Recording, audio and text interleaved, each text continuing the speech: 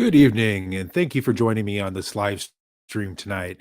Hey, we're talking about phone skills and how it's going to be very important that you learn to master the phone going into 2023. We're already in 2023, but moving forward from now throughout the year, it's going to be more important than ever to perfect your phone skills. And on February 11th is a Saturday at 10 a.m. Pacific time. I'm putting on my half day phone mastery workshop where you'll take the deep dive into learning strategic phone selling techniques that will help you be able to sell more, sell consistently, and earn more on each sale. It's crazy. We've all seen the headlines, and it seems just about every day now there's a Fortune 500 company that's laying off tens of thousands of people. And we're not talking small numbers, folks. These are huge numbers of people that are getting laid off and entering the unemployment pool. And with that, there's also talk and that this 2023, this year 2023, may be worse than what we've witnessed in 2008. So when the natural traffic of that walks into your store, the natural walk-in traffic that comes into your store, your showroom, or your office starts drying up and the doors are no longer opening, it's more important, as I said, than ever before that you learn how to get really good on the phone, learn how to master the phone, because you're going to need to set appointments and do most of your selling over the phone in order to get them to come into the store. In order to even be able to present or demonstrate your product. My name's Greg Nelson. I'm a sales trainer, sales coach. I'm a Grant Cardone licensee, certified Grant Cardone licensee, and I'm certified to deliver grants training, 10x sales professional courses as training curriculum to you. I've been an automotive sales professional for over 20 years. I've been in business for 30 years. I've climbed two different ladders in two completely different industries, and this sales training company that I own called The Hard Knock State. We're based out of the Pacific Northwest.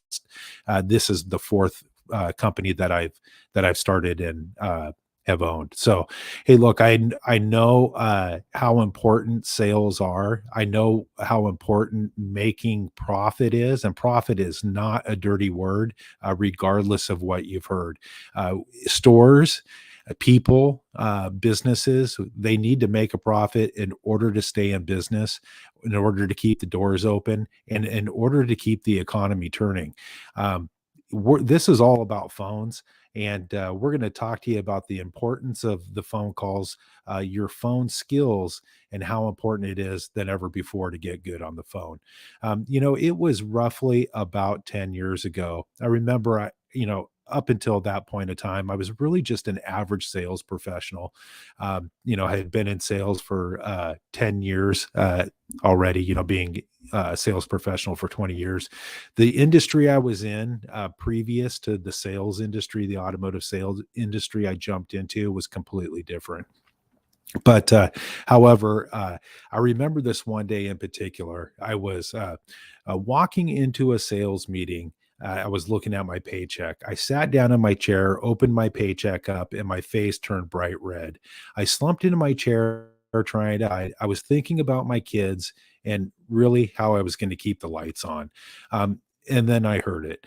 I was being called out by the sales manager to tell the entire department how many deals I had out for the month, or more like didn't have. And I was embarrassed. I was demotivated, and my performance for the rest of the weekend was shot. When I got home that evening, I opened the front door. My wife greeted me and told me that our water had been turned off. So if you're like I was 10 years ago, and you're struggling to find success in whatever organization you're in, whatever industry you're in, trying to move forward in your sales career. Maybe you've been in sales for some period of time and you've just hit a rut, you've hit a wall, and can't seem to pull yourself out of the funk. Well, uh, listen up, because and take notes, because being good on the phones, getting great on the phones, you can be deadly face to face and in person with another with a customer, but that's only about half of it. Really, it's a and getting good on the phones is the other half. And once you could put those two together, you'll be unstoppable and you'll hit new levels in your selling career.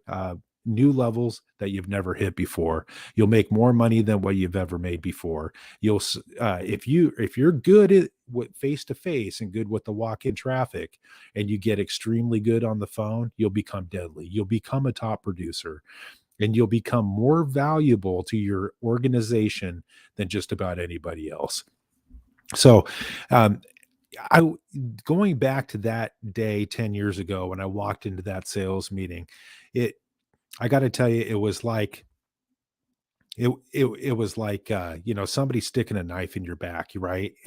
Just the embarrassment and the sheer horror of having to tell everybody, what a low performer I was at the point of time.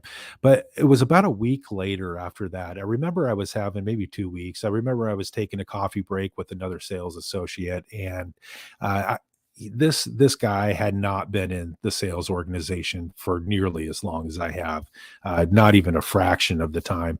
And his sales seemed to just be taken off where, the middle of the pack, we all stayed kind of stagnant. We weren't growing. We weren't really selling any less, but we weren't really hitting any numbers that we could write home about or any numbers that would really provide the life that we needed to provide for us and our families. So I was asking him, hey, what are you doing differently? All of a sudden, this past month, 2 months, your sales are really just taken off. And he turned me on to this audio book. And so I picked up an audio book, not the exact same one. I picked up one by the same author, but slightly different. And I listened to that audio book over and over and over again. The next book I got was the one he was listening to. And I listened to that over and over and over again. And I got three or four others or a couple others. And then I started going to this guy's, he started putting on these online webinars. And so I started going to these online webinars about, topics just like what we're talking about, getting good on the phone, overcoming objections, your rebuttals. And I started just really taking the deep dive into them. This gentleman had been, at that point in time, had probably been, in sales and training other salespeople and coaching other people for, gosh, at least 10, 20 years before I got in fact, the material this guy teaches, he's been using it up until now for 40 years, and his staff and his sales associates that he employs use the same material. And so who was this gentleman? This gentleman was Grant Cardone. And so if you don't know who Grant Cardone is, I've said it before, you've been living under a rock. Grant Cardone is an internationally renowned best-selling author. He's got many different sales books and publications out there. He is a writer and contributor on most major news networks and business magazines. He's the star of a couple TV shows, Undercover Billionaire Season 2 and The Turnaround King. He holds like $7 billion of real estate assets. He's got over 16 companies that just do in the hundreds of millions of dollars in volume in revenue each year. And, I really took a liking and a shining to Grant and his material because it really spoke to me. It wasn't trying to trick or manipulate, the customer or the person buying a product to get them to buy something. Everything he was saying was logical. It was so logical. It was simple. It was transparent and it was ethical. And most importantly, it was effective. It actually works. And so I really started, as I said, taking the deep dive into his material. Soon I signed up for Cardone University. I was on that for about a year and a half, 2 years. My sales that year, since I started plugging into Grant and his material, shot through the roof. And I remember being tapped on the shoulder by my sales manager just as the year was ending, and he congratulated me on what a great year. And I said I was one of the top producers. I'd finished fourth in the store out of about 45, 50 sales associates. 6 months later, they promoted me into sales management, where I was in charge of training and coaching the sales associates on what made me successful, and also the store's practices and policies. In addition to that, I had gotten so good on the phones. They put me in charge of doing all the follow up for the store. So every proposal that came into the store, I was the manager who would call that customer back the following day and find out why they didn't buy from us, and find out how we can find a way to come to an agreement to where it's a win-win for both the company, the salesperson, and the customer. And so the phones, to me, I got to tell you, the phones and follow up, uh, these things are what's lacking in most salespeople's repertoire. Okay, they're the tools that are lacking in their tool belt. They're the weapons that they're missing in their arsenal. Okay, the importance of the telephone is. It's crazy how important it is. The telephone is the single most effective way to communicate with a customer or prospective client without being directly in front of them. It is the best way to increase the number of people you can get in front of to sell yourself and your products, your dreams, and your ideas. Uh, Now, what's the value of the phone? You create an impression of yourself prior to meeting the buyer. It's easy for you to make a strong impression on the telephone, and and we'll talk about that. We'll talk about that in some later sections, but you need to sell appointments. Okay. The whole purpose of a phone call is to make a sale. But first, we need to sell the appointment in order to be able to demonstrate our product or do a proposal and show our customer how much that product's worth and how we can make it affordable. Selling appointments greatly increases your closing ratio. In fact, you can get 3 or 4 times greater closing ratios with appointments than someone who just walks in the door. It's one of the most efficient ways to communicate with the masses of people. It's essential to handle incoming calls, calling customers back, unclosed customers, and people who bought from you already, or creating brand new customers. It's one of the most efficient ways to communicate. As I mentioned, your competition is generally very weak on the phone, and so this will set you apart from the guy down the street. If you're selling a product line that there's a store 5, 8, 10 miles down the street that sells the exact same product, it will set you completely apart from your competition. It gives you a critical edge in the marketplace, and buyers like shopping on the phone. When they pick up the phone and they call, they're more serious than just about any other type of lead. They like to call people to check them out, not only check out the product to see if it's available for them, but check out the company to see if it's going to be the right company that they're going to decide to hop in their car and drive into the store. And gas is not cheap these days, right? It's not really that expensive, but a lot of people will disagree. But you go and you buy a bottle of water. Have you ever figured out what that costs per gallon? You don't, because you're buying 16 ounces, right, of water. But nobody ever does the math to figure it out. Hey, if this was an actual gallon, what would this bottle of water break down to? I guarantee you, it's way more expensive than the gallon of gas that you put in your car.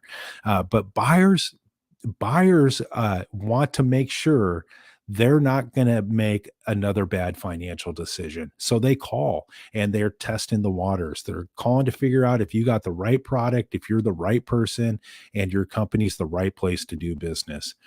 It creates a distance between them and the salespeople, right? And the product themselves. It's a way for them to gain information without committing to a single thing. The telephone is the most effective use of your time. You can get done more done on the phone than you can driving from organization. If you're in business to business sales, or if you're driving to go see clients, you can get more done. You can contact more people than you can traveling to somebody's place of business in order to knock on their door cold and try to get a proposal in front of them. So, what are the types of calls? Okay, handling the call. Not all calls are the same. Most salespeople never get good at any of them, much less all of them. The masters of sales and the masters of the telephone and master entrepreneurs get so good on the phone. They can handle all these different types of calls. So you have the incoming call inquiry. These are inquiries from the public about your product, your service, your pricing, your terms, your contracts, or what it is you do. The goal in this call is to give enough information to the client that they'll come to you to create an opportunity. Or to create an opportunity to where you can go to them, you're able to give them enough information to where they're going to take the next step. They're going to go ahead and lock in an appointment.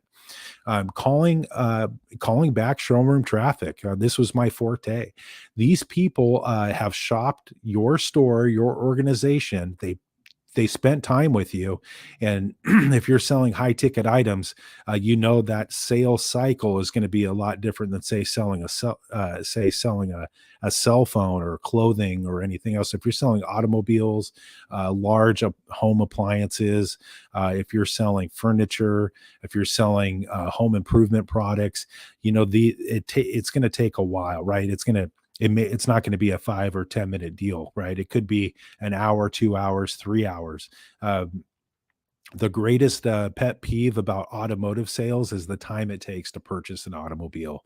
And I think the average time right now is about 3.5, 4 hours. And so, but people, they don't want to, they want to spend the least amount of time in the showroom, the least amount of time in the store or in your office as physically possible. The reason behind that is it's just a reactionary defense response, right? It's due to bad or poor financial decisions that they've made in the past. They may buy a couch, they may buy kitchen appliances, they may buy a new roof or a new automobile only every few years, right? I think an automobile is, the majority of the people buy an automobile every 3 to 5 years.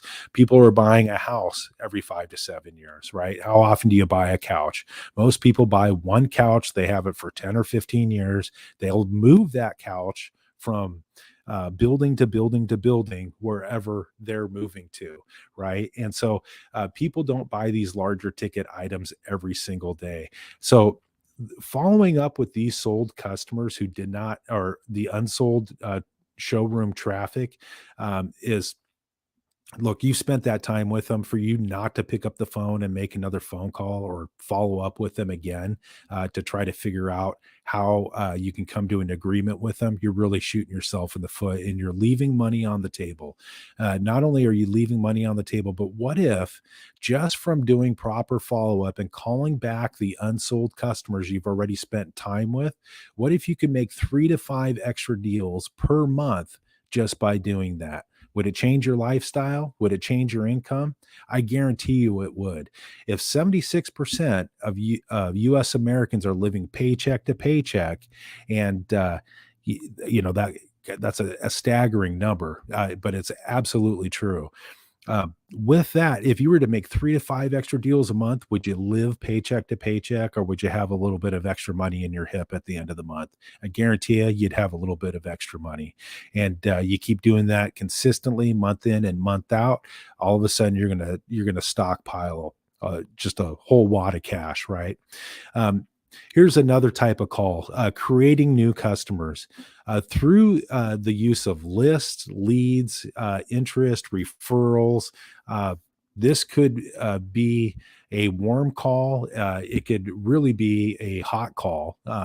But but these types of people, maybe it's hey, if John bought a stove from you, bought a range, say bought a whole kitchen appliance set from you, bought the fridge, bought the dishwasher, bought the range, bought the microwave, right? The convection oven. I guarantee you they've had a good experience. Okay. Customers don't, they're, if customers typically, the only time they'll really, if they're having a bad experience and buy that product or service from you, is if you're the only one in town that offers that product or service. Any other time, if you've earn their business, you got to know you got to just believe they're a satisfied customer, and you need to ask for the referrals. Most salespeople don't ask for referrals, but most customers say they would give a referral only if the salesperson asks for it. So when they give you a referral, man, treat that like gold and call them immediately. That is a hot call right there. It is also a cold call because that person may not know you're calling.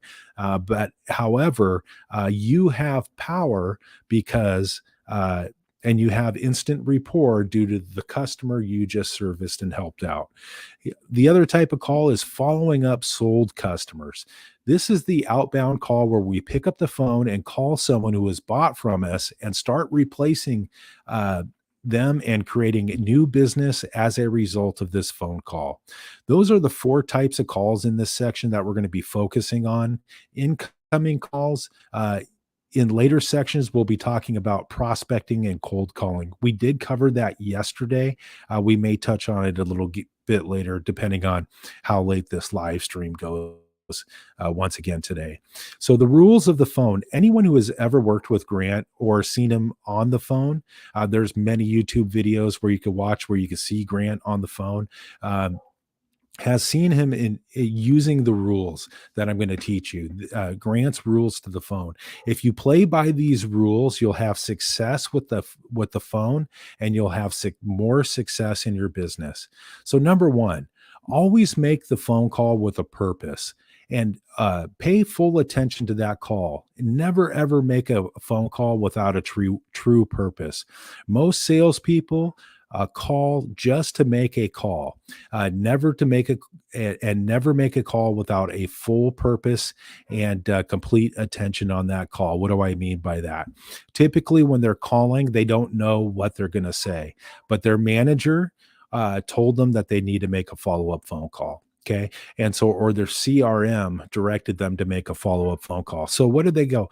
They go, hey, Bob, hey, yeah, this is Frank. I just really want to say thanks for coming by yesterday. And just want to see if there's anything further I could do for you. Do you have any questions? Do you need more information? No? Okay, well, let me know if you do. You have my phone number, right? And then that's their follow up. And then that's what they consider as a follow up phone call. It's better. 52% of people will make that call. 48% won't even attempt that call once. But always have a real purpose and a true intent of calling that person back. Okay. Have some great information you need to share with them, some third party data, right? Find a way that you are going to be able to make the call not a waste of their time, right? The last thing you want is to have the customer, while they're talking to you, is thinking this is a complete waste of my time, right? So make it informative, set your hooks, try to find out some way to where you can get that customer engaging with you to set an appointment to either come back into your store or to come into your store in the first place to check out the products or the services that are going to fulfill their needs. Number two, always have multiple reasons. The initial reason and the initial intent you have a backup plan just in case of that, if that one doesn't pan out, if the first one doesn't pan out. If the initial purpose of you calling doesn't satisfy the customer, you need to have different places to go to keep the interest with the caller while they're on the phone and keeping your one main purpose in mind. Number three, when you sit down to make calls, never just make one phone call. This is a major mistake, but I've seen it time and time again. Salespeople, they'll go to their desk, they'll sit down, they'll log on their computer, they'll open up their CRM. They probably got 20 or 30 to-do tasks for the day, but they'll sit down and they'll make one phone call, and then they'll, watch a YouTube video, or they'll surf the internet or whatever it is. Block out time and sit down and put in the calls. Okay. Don't go have a cup of coffee or take that smoke break just because you made one phone call. You want to sit down and you want to try this. Okay. Grant has always said, try to see how many calls you can make in a certain block of time, right?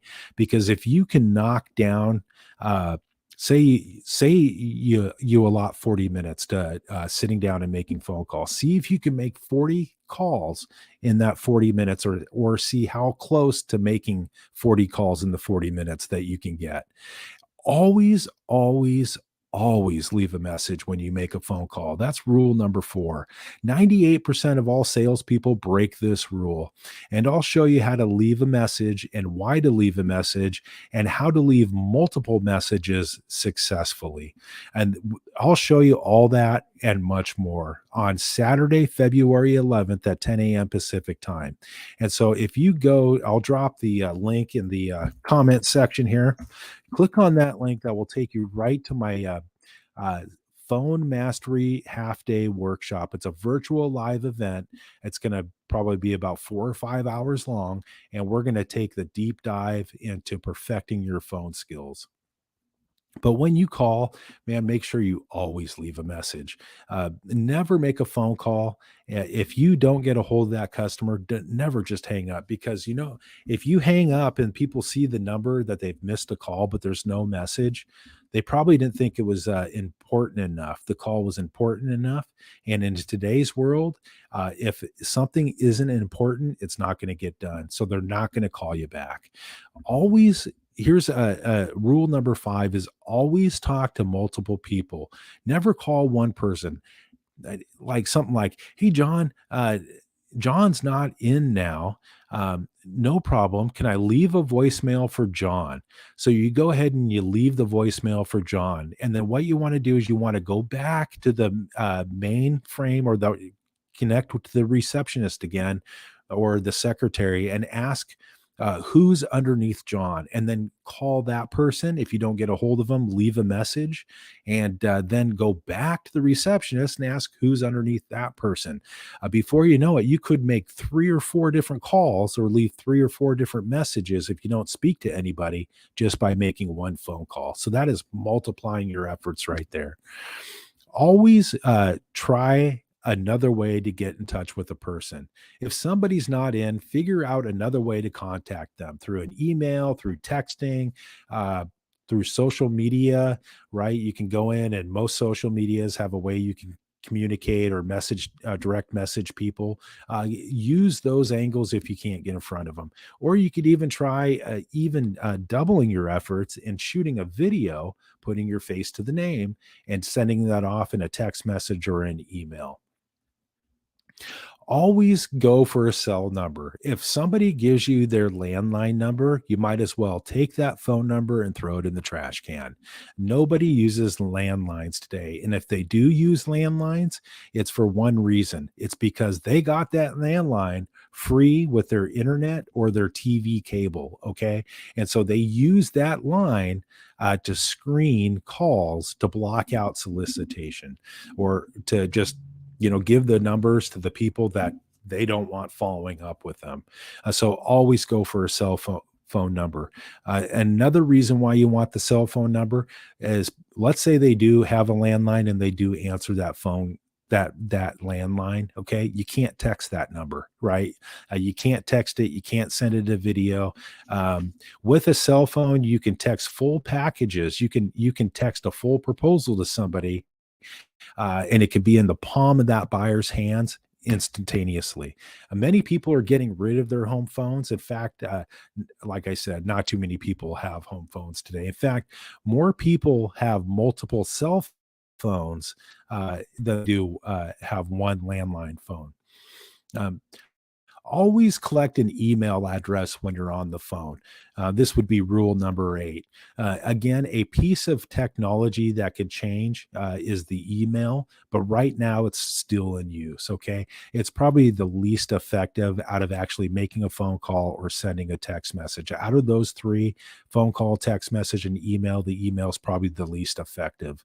But still, people will still click on it, they'll still open it, they'll still read it.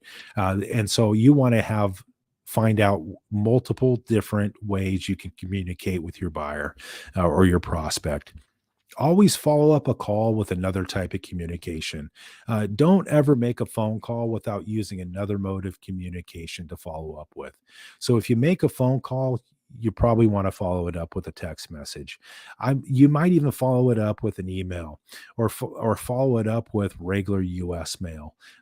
You might follow it up with a personal visit. Okay. Same thing in reverse. If you send mail out, follow it up with a text, follow it up with a phone call to see if they've received it. And rule number 10, approach every call with a great attitude. Take the call with the intention of a successful outcome. Assume that the call is going to go the way that you want it to go. Assume that they're going to set the appointment, and assume that they're going to come in and they're going to buy your product or service. Um, if I got to tell you, if you have a poopy attitude when you're on the phone, your chances are about that big of you setting an appointment. Okay. If you're calling people with the intention that they're not going to pick up the phone, and you're hoping you're going to get a voicemail because you're scared of the phone, you're probably not thinking about the appointment, right? So I always put this little sign up in front of me when I'm on the phone, and it simply says, smile. Okay. Once you turn the corners of your mouth up, like they're pointing up towards your ears, uh, it changes the tone of your voice, and people can sense that, right? If you're slouched down in your chair and you're hunkered over and you're not smiling, you got a frown on your face, and you're talking to people, people can sense you're not a happy person. You're not in a good mood. Why would they want to come in and do business with you? Okay. People like buying from happy-go-lucky people. People don't want to buy and spend their time engaging with a Debbie Downer. They just don't. Okay. Um, so learn those rules. Hopefully you took notes on those, because if you play by those rules, you'll win. You'll win the majority of the time. Um, Myths about the phone. Let's handle some of these myths, the false data and the false information you may have about the phone. Myth number one is the phone's a waste of time. Some people believe I can't sell anything over the phone. It's a complete myth. And on September 11th at 10 a.m. Pacific time in the Phone Mastery Half Day Workshop, we'll go over that. And number two, here's another myth. If the buyer was serious, they would come in and not call me. Why do you think they're not serious? Why do you think they're not calling you? Is he just bored, or does he not want to do business? And what did he lose interest in his product or service already? Or the reality is life is busy, and uh, they may need more than one reason to take their time to come into your organization, to take a look at what it is that you're offering, to see if it's truly going to benefit their needs. I know this just from being a parent, I a father of two just wonderful children, and my time is pretty it's pretty tight. And if you're a parent and you got kids, you know how tight your time is, right? And so you're working 40 hours a week. Your weekends are probably booked up with your kids' activities, soccer, football, tennis, music, whatever it is they're into. um, and so think about that. So you're waking up at 6 o'clock in the morning. You're an adult with kids. You're waking up at 6 o'clock in the morning. You're getting your kids ready to go to school. You're cooking them breakfast. You're making sure they got clean clothes. You're making sure they get out the door and they actually get into the classroom, right? And then after that happens, then you got to go to work. And then so you spend 8 hours at work, right? And then you come home after work, and then what do you got to do? You got to help your kids with the homework. You got to cook dinner. You got to clean the house. You got to do laundry, right? And then on the weekends, your kids, if they're in sports or they're doing school activities, that you have the tournaments on the weekends, you have the recitals, you have practice. The list can go on and on and on. And so people's time is very limited, and people don't want to waste their time, so they'll pick up the phone to make sure their time's not wasted. Okay. And so let's say Paul, uh, a father of two or three kids. He and his wife were, they need a new bedroom set. Okay. And let's say one of their kids, they were they're in a little, single size bed, and it's just a little, starter bedroom set for a 4 or 5 year old. Well, now their kids, Paul's kids, are 7 or 8 years old, and it's time to just redo the room to keep up with their age, because um, how kids are. So anyway, they go and they call and they inquire about bedroom sets, and they want to see what you have. They were on your website. They took a look around. A couple of things piqued their interest, and so they had some questions about that. They had some questions on the pricing, on the delivery. They had some questions on warranties, and durability of the furniture. And all of a sudden, you don't hear from Paul for a while. A week goes by, a week and a half goes by. Maybe you make a follow-up phone call. Maybe you send them out an email. Hey, you haven't heard from me. You still thinking about that bedroom set? Well, they may not even get that message. They may not even get that email because their life is so busy. They may not resurface again for another 2, 3 weeks, maybe another month or two, to complete that transaction with that bedroom set. But if you give up, and you're going to miss the opportunity altogether. And then all that time was just wasted, right? And he never provided a service for the customer. Here's another myth. All miss opportunities by using the phone. Wrong again. You can create more opportunities in 30 or 40 minutes on the phone than someone can for 4 hours actually trying to drum up business by running out into the marketplace, going door to door and meeting people. Myth number 5. Okay. I'm scared of the phone. And man, when I first got into sales, I was scared of the phone. I was scared of because I didn't know what to say. I didn't have the knowledge to be efficient on the phone. I didn't have the phone skills. I didn't master the phone. And so uh, no one is going to reach through the phone and punch you in the face. They're just not. So if you mess up, there's no one thing. Grant says there's no one thing that will ever blow a deal, but not making the attempt, that will blow the deal. I'll tell you, if you don't make the attempt, you're going to get nothing, right? So people think the phone is going to hurt them. That is just so not true. It's impossible to get hurt on the phone, and it's impossible to be scared on the phone. Uh, so think about that. If you get those butterflies in your stomach when you go to pick up the phone, don't think about it. Just dial and just go through your script, right? People also, here's another myth. People also say the phone just doesn't work for me. The phone works for everybody. Everybody who's got a phone, the phone works for them. The phone isn't going to work until you work it. Plain and simple, right? Uh, how about this one? I can't sell my products on the phone. People say it's impossible because they sell a $240,000 package, or it's a very complex sale, or it's $1 million product. Uh, Look, people buy all different sorts of dollar values over the phone, products of all different sorts of dollar values over the phone. And so, look, a millionaire uses the phone. A billionaire, guess what? They still use the telephone. Okay. The guy making 50 grand a year, 30 grand a year, the 76% of Americans living paycheck to paycheck, they still use the phone. Okay. Leaving messages don't work. That's another big myth. We covered that earlier on always, always, always on the rules. Always leave a message. Okay. People think if I leave a message, they're not going to call me back anyway. So why?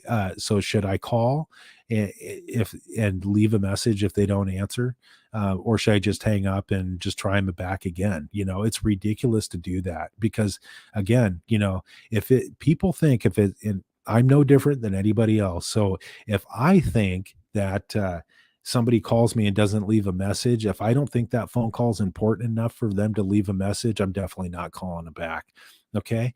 Uh, Cold calling is a waste of time, is the eighth myth. Um, Grant built 2 businesses just off cold calls alone. They may be brutal. Those type of calls may be brutal. They may be tough, but a cold call can be a great call. And we'll talk about that again. The cold calls on February 11th, Saturday, February 11th at 10 a.m. Pacific time during my half day phone mastery workshop. The best salespeople don't know how to use the phone.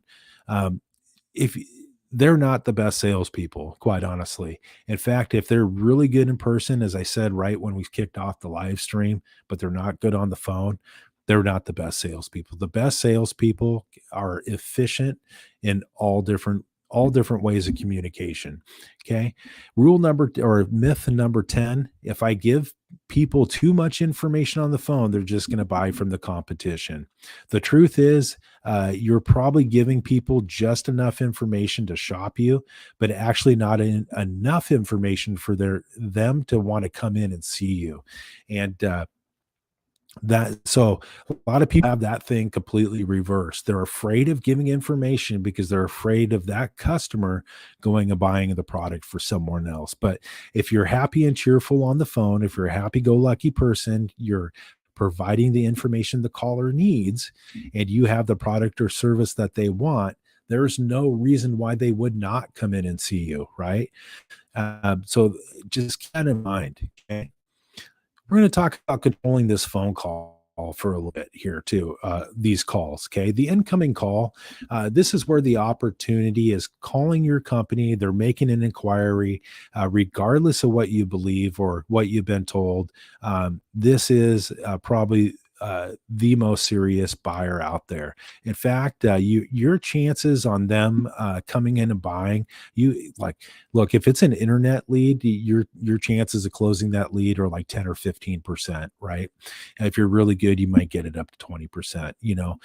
When they're calling in on the phone, you've got a 50-50 chance that you're going to close that deal. And if you do everything right and you follow these steps and you follow these phone skill strategies, you're going to increase that number drastically. Over 50% of the time people are calling are not on the right product. Even the person who calls and says, I want this, I've been researching this, I've been looking all over town for this product or service, and it has to have this, and this. Even those people, 50% of them aren't on the right product. Okay. And so only by them coming in and actually testing it out and you demonstrating the product, are they going to realize that. But they're already, once they do, they know they want something similar to that, and they thought that one based off their 40 hours of research, or if it's an automobile, 70 hours of research before they even come into your store. Most of 50% is just not the right product. Another important point, these callers typically are not interested in building rapport. The caller is trying to determine whether it's even worth coming to see you. Your caller is also trying to save time. They want to see how they're going to be treated. And they're thinking, hey, if you mistreat me on this call, I know I'm not going to come in and see you. The buyer tends to be better qualified financially, and here's why. They value their time. When somebody values their time, they want to save it. People with poor credit, bad credit, don't care about saving time. They care about getting financed, right? So the people who call in on the phone, man, again, the guy who makes $1 million has got less time on the phone than the guy who makes $500,000 a year. And the guy who makes $500,000 a year has less time than the guy who makes $100,000 a year, right? And you can just keep going down the economic level there. But regardless, when they're calling on the phone, you got to know that that's a very serious buyer. Okay. And here's the buyer's goals. Most scripts for phones are not organized for the client. Okay. Most people given incoming call scripts, they're given scripts based on what the management wants or what the company executives want and want to see that call handled. Okay. Most of those scripts are there to benefit management. Okay. This is the single biggest reasons why scripts fail, because it's not customer, it's not it doesn't have the customer in mind, right? It's not doing anything to benefit the customer, right? It's not doing anything for the client, right? But it does everything for the manager, right? And so salespeople won't use them because it's not effective and it doesn't work. And so that's a reason why the script fails and the reason why salespeople don't use certain scripts. So we organize our scripts and our calls based off of what the client wants. So let's start with their goals first. Figure out what your clients are goals are and create a script that satisfies them first and you second. So, what does a person want when they call you? Number one, when somebody calls your company, your business, they saw something on the internet, or they want some information about a product or service you have, or maybe you're selling financials, maybe you're selling insurance. Well, they want more information on that opportunity. A car dealership, a furniture store, a phone store, life insurance. Uh, Real estate, mortgages, you name it. What are they calling for? One thing. It's always one thing. It's information. Okay. People call for more information. Now, if you know that 100% of your clients are calling you for information, say, hey, thank you for calling. What can I get you information on? Not just, yeah, how can I help you? Sales department, right? Hey, thank you for calling. My name's Greg. What can I get you information on? Right? Uh, there's your greeting, and that's how you're going to satisfy their needs right off the bat, because you already know the main reason for them calling is to get information. So just get right to the point. Hey, what can I get you information on today? Okay. The second thing people are trying to accomplish is distance. Okay. They want to separate distance between you and themselves. They don't want to obligate themselves. Okay. And no obligation is the third reason. Because they've created that distance, they're not obligated. They make a phone call to collect the data, get off the phone, hang up, and then start calling the next store. Okay. They want to save time. Okay. They want to determine if you have what they want. Okay. They could be calling for a price to see if they can afford it or what it's going to cost them on a monthly installment. Okay. Number seven, they want to determine if it's even worth going to see you, if there's anybody there, or if you're even open. And number eight, they want to see if you, the sales associate, are willing to help them, not if you're just looking to make a buck. Okay. Not just trying to get a commission. People want to do business with people who will take care and service their needs. Okay. And they want to determine whether your company even has the right product or service for them. By knowing exactly what your customer is trying to accomplish and trying to satisfy that desire, you're going to increase your chances of getting exactly what it is you want. Okay. Number two, we're going to talk about here. Second thing is the salesperson's goals.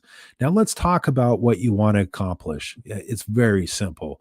The main target in the phone call is to use what the customer wants in order to get in front of the client and sell them your product. So, we're going to use the information in order to get in front of the client. And in order for them to come into our store or for us to go to their home or their place of business. Um, that's why your goal is to use what they want.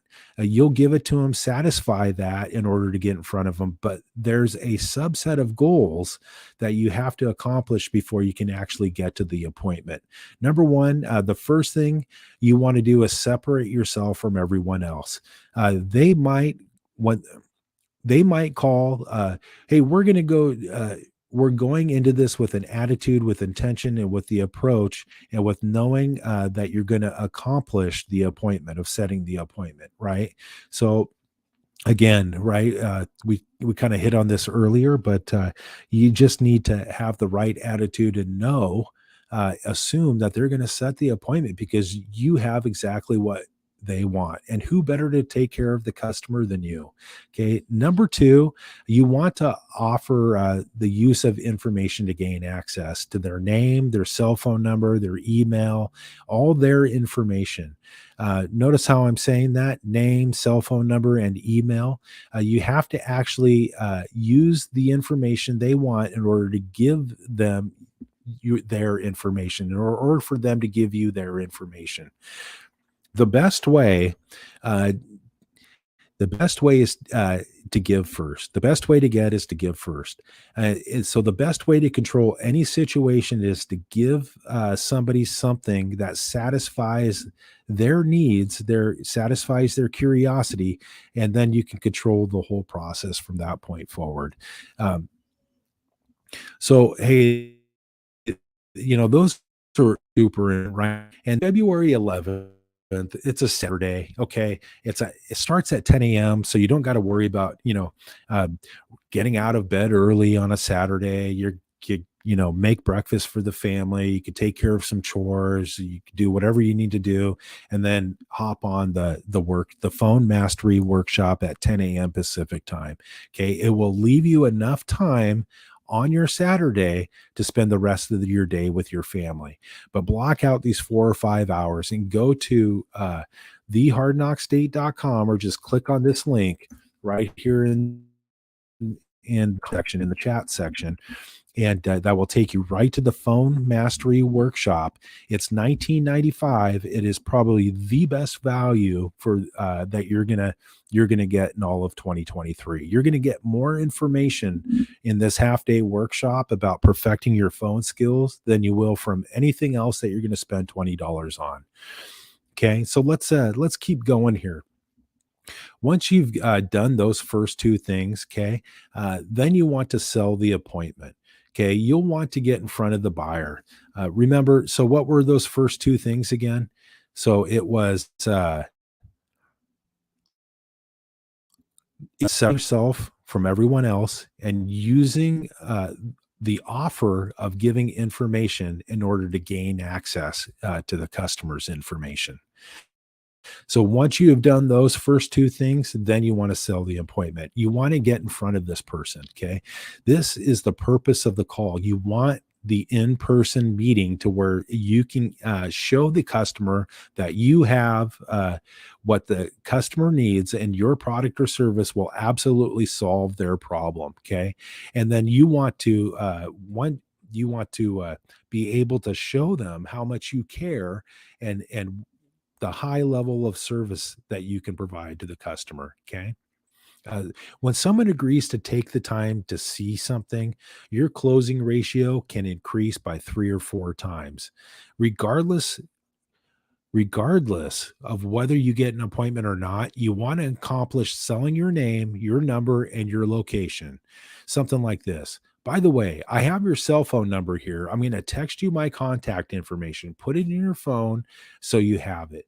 Then, anytime I could do anything for you, anytime I could be of a service to you, please let me know.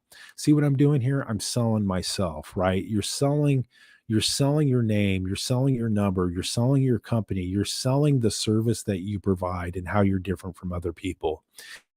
The next thing you want to do is if once you do set the appointment, okay, um, you want to reconfirm that appointment. Okay, regardless of whether you get to the appointment or not. Sell your name. I can't stress that enough. Okay. A lot of people give up when the customer says no. Okay.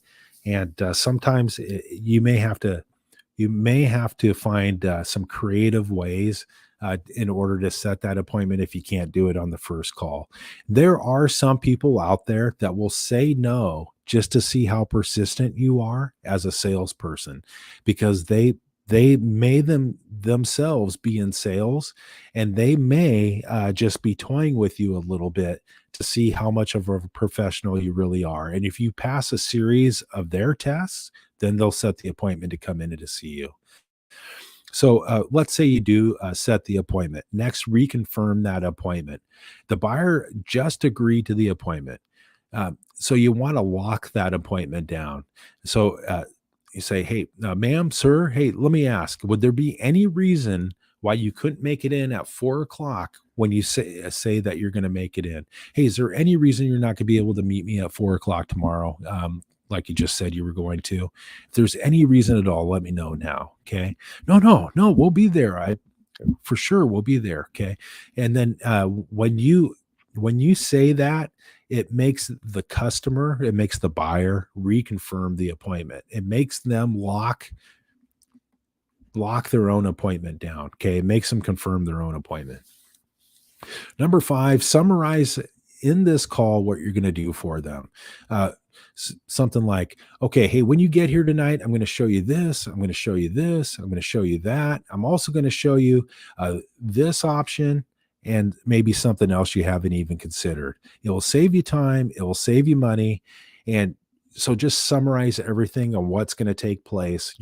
By doing that, you're lining the customer up. So it's not a complete mystery of what's going to happen when they get in the door. Okay. And know what to look for. Hey, when you come in tonight, what are you going to be driving? So figure out what they look like. So maybe you can meet them right out front of the store. Okay. People don't like waiting, especially if they have an appointment. Nobody likes waiting for the doctor or the dentist, right? But when people set an appointment to go meet with another professional, that's exactly what they're expecting to see as a professional. So, hey, if you set an appointment at 8:15, at night, or say 9:45 in the morning, be right up front at 9:45 in the morning. Be right up front at 8:15, with a smile on your face, ready to go. Be prepared. And so it always is a good idea to, figure out what they're driving so you can see the car pulling in. You can get prepared. Okay. How are they going to be dressed? When I'm going out to meet people or somebody who's never met me before, I tell them what I'm going to be wearing. Hey, I'm going to be the guy in the navy blue suit with the yellow tie or the blue tie or the red tie, right? How will you be dressed, right? Things like that, little things that are people, it's already in their mind, so they're looking for it. And so your responsibilities, okay, is your first number one responsibility is to have the right attitude and a positive attitude. No problem, be happy to do that for you, sir or ma'am. Okay. A happy-go-lucky can do. A positive attitude will win always. Okay. Number 2 is you want professional and courteous. Hey, thank you for calling. My name is, you need to be professional, not only be professional, but be courteous. Okay.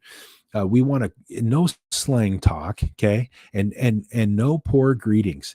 Say, look, the people form an opinion of other people in 3 to 5 seconds. They do the same thing on the phone too. So if you're not professional and courteous on the phone, they're going to subconsciously pick that up in 3 to 5 seconds. And then your chances of making the sale or setting the appointment, about that much. So by being professional and courteous, because I'll tell you what, that is a lost art in today's world. Okay. So that right there could set yourself apart from your competition. Number 3, qualify the buyer as to the specifications, as to a way to actually answer their questions and take interest in them and determine what their wants and their needs are. Number 4 is get the buyer's name. Get a name, get an email, get a number, get an email, but don't get their name, number, but don't just like get one without the other, right? There's no point of having somebody's name without the phone number. Okay. And if you're going to get a phone number, try for an email, right? Try to get multiple lines of communication. That way you can always make sure you can provide the information the customer's looking for if you can't set the appointment today. Or let's say you do set the appointment and you had a family emergency or you had something come up, or maybe you set multiple appointments throughout the day, and maybe the appointment that you're working right before this one you just said on the phone, maybe it's running longer than expected. Well, wouldn't it be, if you were the customer, if you were the consumer, the potential buyer, and you were supposed to meet Paul at 3:45 in the afternoon, but Paul's running late, but Paul wasn't courteous enough to give you a text message to, hey, I know we had a meeting at 3:45 today. Look, my appointment is running longer than expected. I'm going to have my my coworker, my colleague, step in and fill in for me for the first 10, 15 minutes until I'm able to wrap this up? Would that be all right? And of course they're going to say yes, right? Because you cared enough to let them know. You cared enough to get their phone number, and you cared enough to let them know that maybe something there's some reason why you can't meet them exactly at the time that you guys agreed to. So take notes. Use this you when you're using your phone script or your calling card or whatever you guys call it, your guide. Always have a clean sheet of paper in front of you. You know, a pad of paper, legal pad. I don't even care if it's white copy paper, but have something clean right in front of you.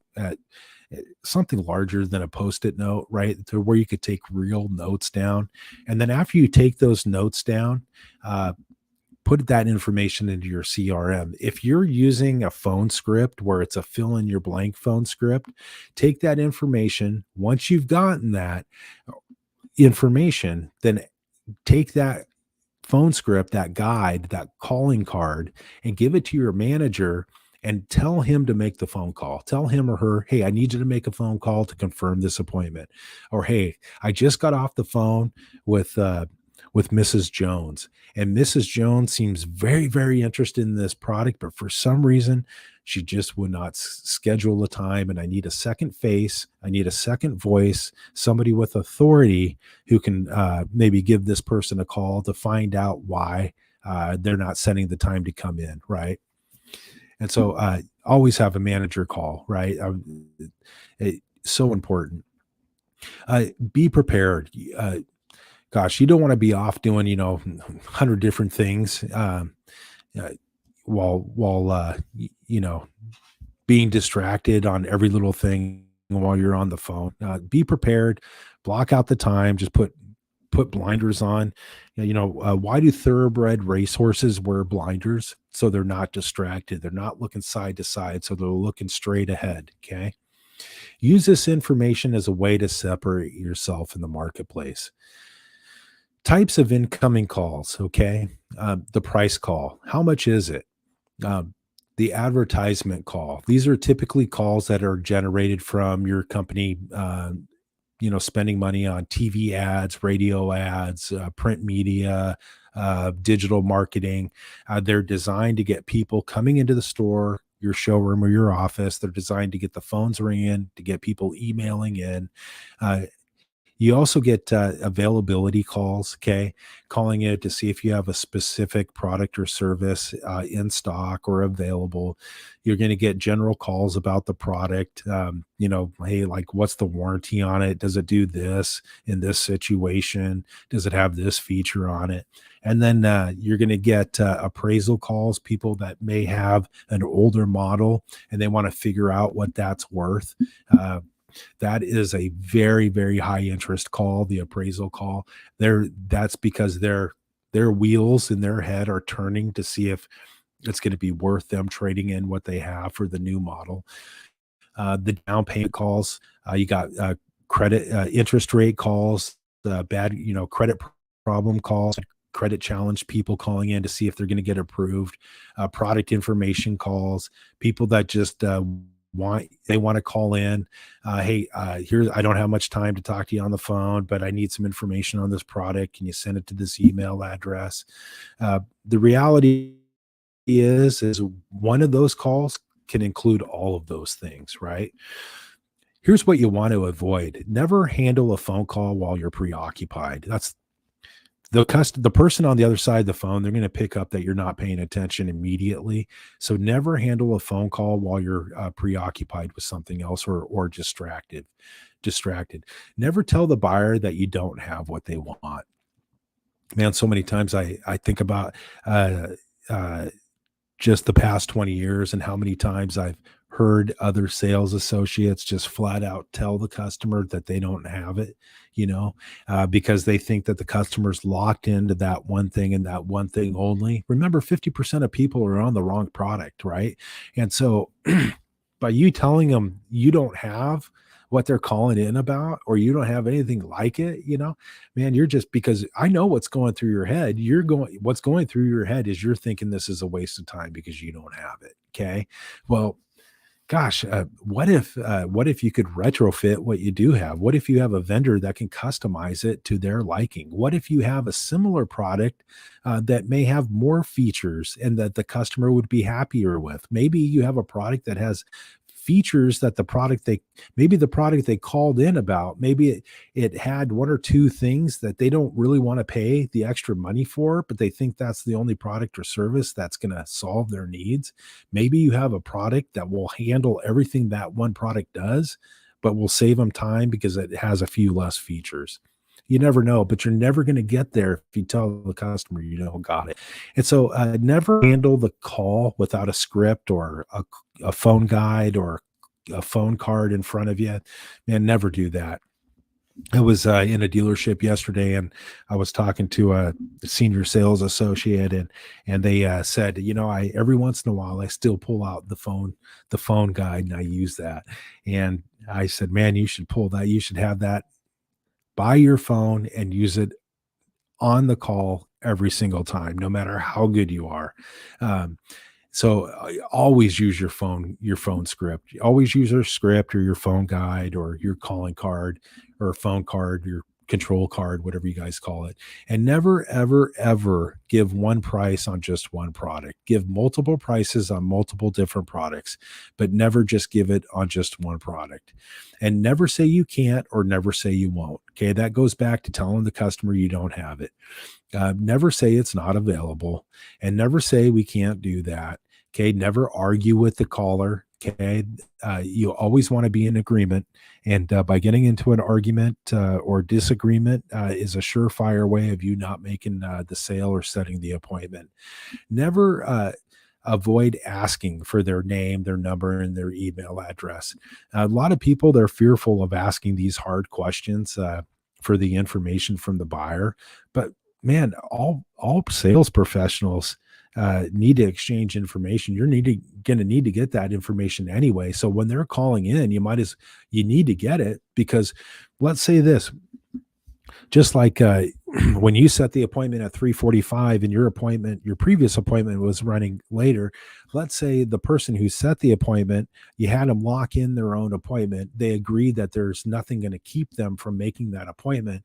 But gosh, what if they got a flat tire on the way? What if their kid who was playing after school sports and broke their arm or broke their leg? I'll tell you what, a flat tire, the kids, a lot of that other stuff is going to take precedence over them buying a good or a good or a service, a product or a service, even though they've locked that appointment in and committed that they're going to come see you that tomorrow or right at 3:45.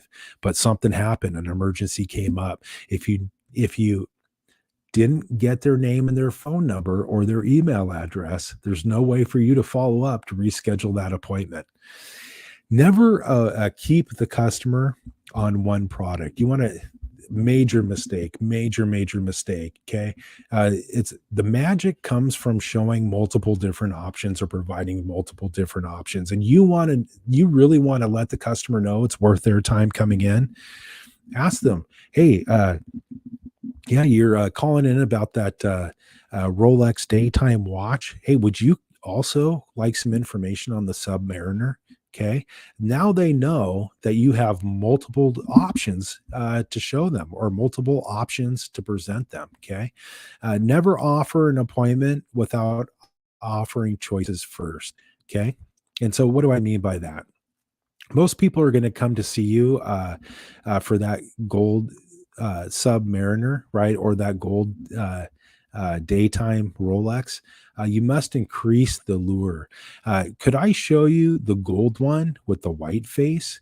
It would save you $3,000 because I just got this one from a guy who bought it 4 months ago, wore it only twice. In fact, I don't even think he wore it 2 times. I think he probably tried it on at the store, bought it, never put it on again, and 3 weeks back, selling it back to us. But because it is pre-owned, because they've already took it out of the store and opened the box, it's going to save you 3 grand, and it gets you exactly what you want. It will save you money. So you're offering them options. Okay? You can also offer them options on the appointment itself. Okay? Never get off the call without selling your name, and never end a call without some type of follow up, right? Get off the call immediately, send them a text message. Hey, bro, I really appreciate your time. And never blame the customer for anything. That's not going to get you anywhere. And it's surely not going to get you an appointment to make a deal. And so let's talk about Saturday, February 11th at 10 a.m. Pacific time. I got to tell you, the information you're going to learn in this half-day phone mastery workshop, you will be able to take that information if you're working on a Saturday and maybe you're able to sneak away for 4 or 5 hours, or maybe you're working the evening shift. You can take that information. You could go right back into work Saturday afternoon or Sunday or Monday, and you could use that information immediately. You could pick up the phone call and you could start scheduling more appointments. I'm not kidding when I say 2023 is going to be could be a tough year for many. Okay. Especially the writing's on the wall when, major companies like Google and these tech companies and these just big, massive Fortune 500 companies, doesn't necessarily have to be tech, but when they're in the headlines every day that they've just laid off 10,000 people or 12,000 people or 13,000 people. Look, we're 3 weeks into 2023 and we're already hearing of major companies laying people off. Okay. What are they foreseeing that we're missing? Okay. And so that right there is an indicator that we're already in an economic downturn. In fact, when just through, I know there's a lot of people much older than me out there, but I got to tell you one thing I picked up real quickly on, and I learned this a long time ago, was that if there's idle chit chat in the news about a recession or a downturn in the economy, it means we're already in it.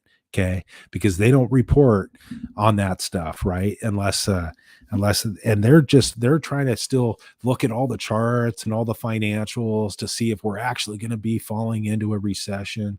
But when reporters and when newscasters and when radio hosts and when everybody's talking about a possible recession, it means we're already in one. And so keep that in mind. So when the natural traffic, your natural walk-in traffic that you normally get walking into your store, when it slows down, um, we saw this in 2008. Everything came to a halt, right? I remember I was working at a pre-owned car dealership, and I was there. This is right before I left and went on to the new car store. But it was a great company, and I really, if it weren't for the downturn in 2008, if we never experienced that, I probably would have never left. It was they were just it was just a great place to work. But anyway, when the 2008 recession hit, I remember, used car dealership, it's not we had natural traffic still coming in. I mean, most places of business do, or does. But I remember going from seeing 3 or 4 customers a day down to seeing 3 customers a month. Okay. And I had no phone skills at the time. I was not a master on the phone. Okay. But if I would have been able to tough it out, and I wouldn't have needed to make the move to another bigger organization. So, knowing that, and knowing what's already taken place by the third week of 2023, and looking forward in the future, I got to tell you, get good on the phone, because when your traffic dies, you're going to need to still you're going to need to stay in business. You got to, or you're going to close up shop. And the only way that you're going to stay in business when people aren't walking through the door is to get really good on the phone. You need to master the phone. You need to up your game, and you need to get these phone skills. Okay. It is going to keep you in business. Okay. Because when you're good on the phone and you're able to communicate effectively on the phone and you're able to schedule appointments, because you're probably going to go from servicing the walk-in customer to servicing appointments. Okay. And you may have to just work by appointment only. I mean, obviously you're not going to turn down a walk-in customer, but I mean, for the most part, you never know. You may not see the doors open just from people walking in. Okay. No matter how good the product or the services that you sell, right? So by getting good on the phones, it's going to ensure you that you're always going to be able to set an appointment. You're always going to be able to sell your product or service and sell the company you work for, and get the people in and be able to, you do your presentation, your demonstration, and proposal in front of the customer, right? But if you don't get these skills down, that will never happen. And so again, uh, here, I'll put the throw the link back up in the chat again. One more time. It is a phone sales math half day workshop, uh, February 11th. It's a Saturday at 10 a.m. Pacific time. And so, if you have any questions about the phone mastery workshop, or you have any questions about any other of my training or coaching products or packages that I offer, give me a call. 360-615-2070. That's my office phone number for thehardknockstate.com. That's our office and our sales department phone number. We're more than happy to help. We're more than happy to answer your questions. If you would rather, maybe you're listening to this to learn how to get good and learn how not to be afraid of the phones, and maybe you're just not there yet. Well, you can hit us up on our website chat. Go to thehardknockstate.com. It's the little bubble. You'll actually probably see our an associate pop up, the little chat box pop up to where you can start chatting right away. Or you can send us an email. Scroll down to the bottom of the first page on the website there, and then click on contact us and go ahead and shoot us off an email. Look, we sell by providing information. And so the products or the services, our coaching and our training products that we sell, look, we want to make sure you know what you're getting into. We want to make sure that it's going to enhance your skill level and get you to the next point in your career. It is my being in a sales professional for 20 years, and the last over the last half of a decade, or a little bit over half of a decade, I spent that time training and coaching sales associates of all skill levels. I got to tell you, I know, I know what you're going through, because I was there myself, right? And I could tell you and help you sell more, sell consistently, and earn more on each sale. And I could do that so you can get that knowledge and never look back, never turn back, never go back to being an average producer. Okay. And so by getting good on the phone, you're just going to ensure that you're going to be well on your way to become a top producer. After I had left that last position in my as a sales manager, and after training and coaching sales associates, I got to tell you, I really found a passion for helping people. At the period of time, I didn't realize what I had, and so I didn't think it was exactly what I wanted to do. I thought it was a stepping stone for my next level of management.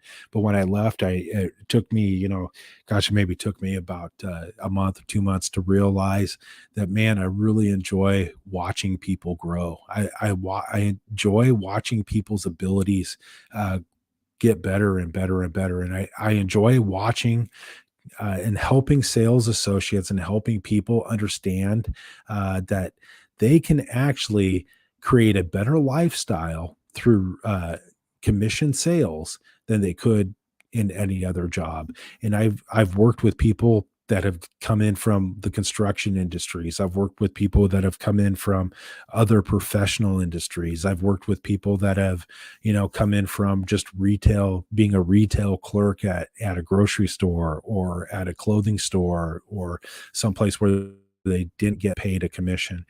And I've taken those people and I've shown them how to be successful in commission sales. It is my mission from now until the end of my career. It is my mission to help 10 million people in the United States live a successful life through a rewarding career in sales. And I'd love to help you. And so, February 11th at 10 a.m. Pacific time, please join my phone sales mastery workshop. It will be the best 1995 that you've ever spent. And again, if you have any questions, hit me up at thehardknockstate.com. The links for the phone mastery workshop are in the chat if it's showing up on the social media site that you're watching this on. If it's not, the phone number again is 360-615-2070. My name again is Greg Nelson. I really thank you and I appreciate your time watching the live stream tonight. Hopefully you found this information beneficial to you, and hopefully you can use this tomorrow when you go into work and start banging on the phone. Okay. I want you to make more phone calls tomorrow than you've been making.